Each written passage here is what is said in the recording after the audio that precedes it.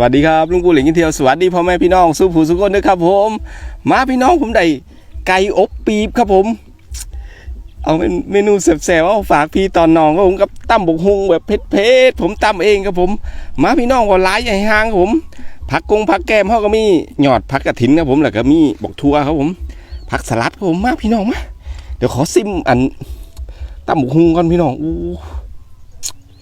เมนูแซ่บๆครับผม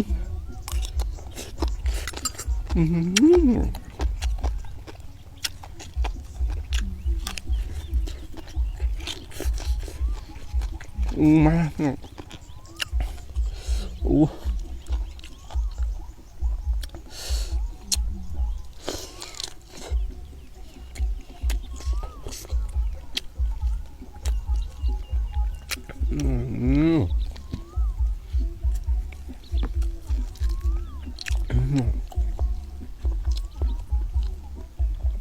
ย่างแซ่บผม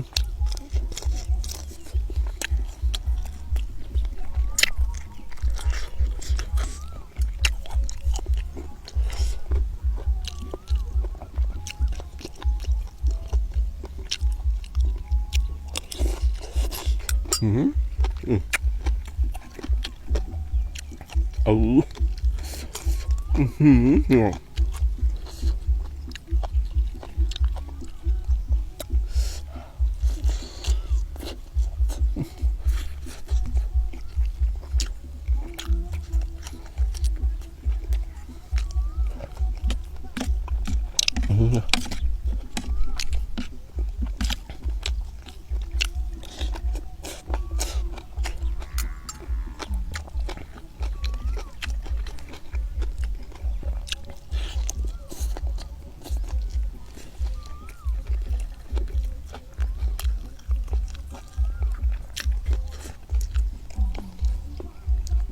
มันนี่บ่มีข้าวเหนียวแล้วพี่น้องกินกับส้มตำแซ่บๆเลย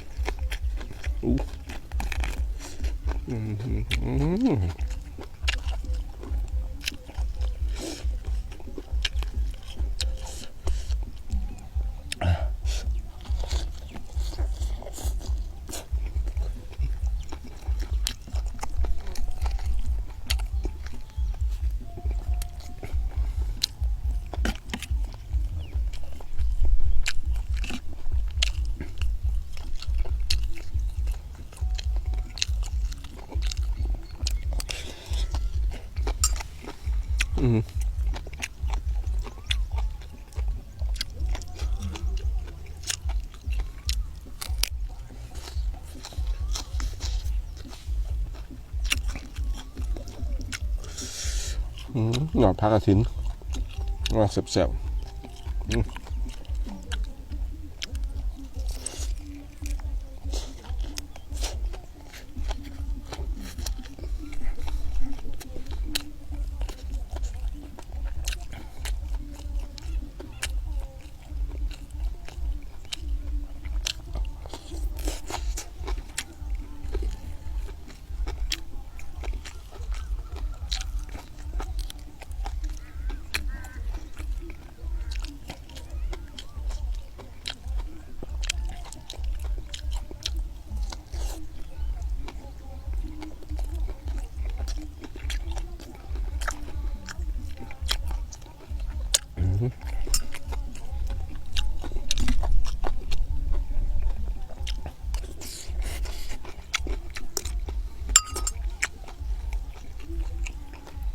อู้หนังอู้น้องจำนำหุ้งน้อง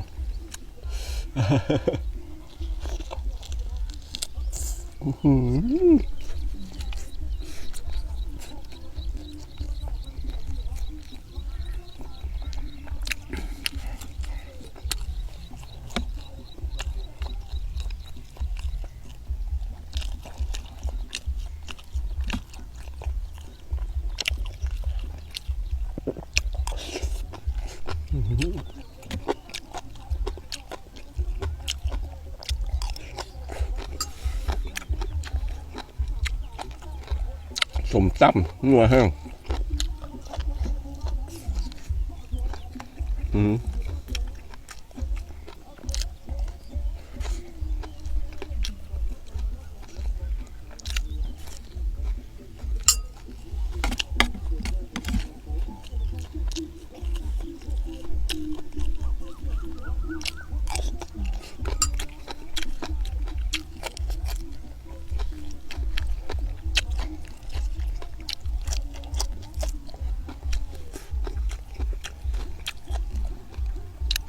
ปีก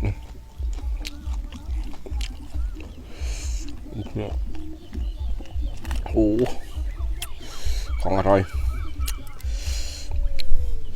ปีกไก่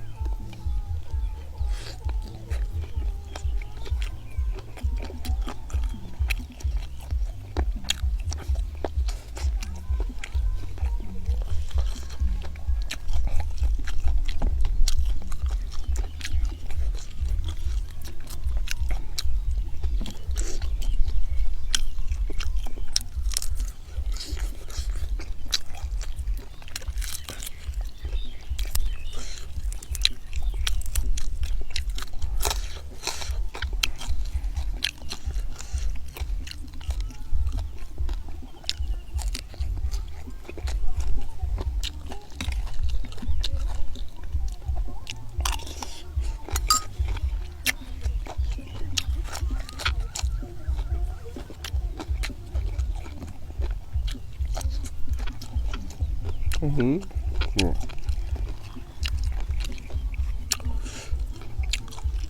ดยอดเลย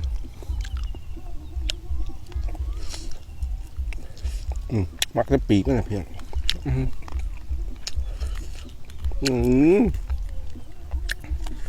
โอ้โหพี่น้อง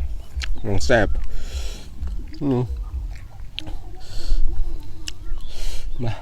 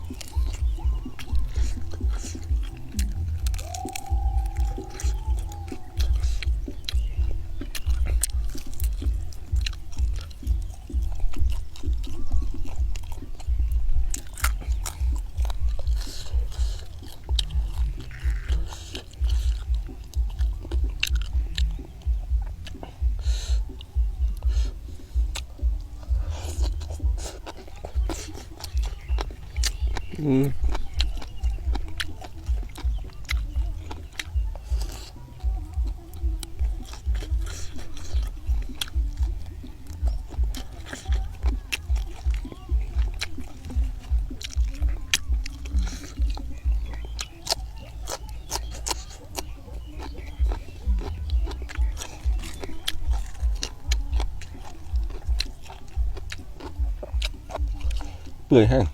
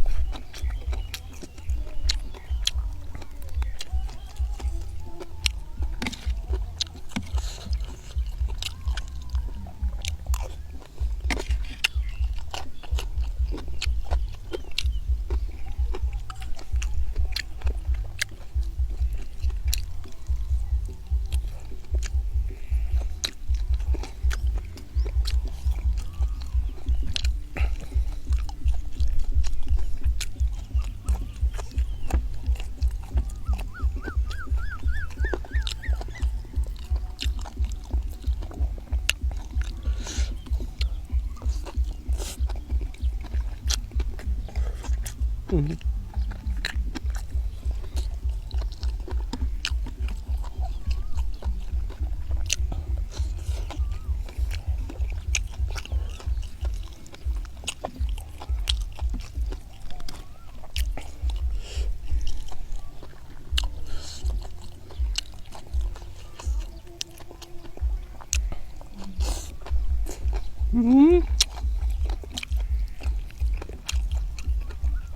ุดยอดหลายพี่น้อง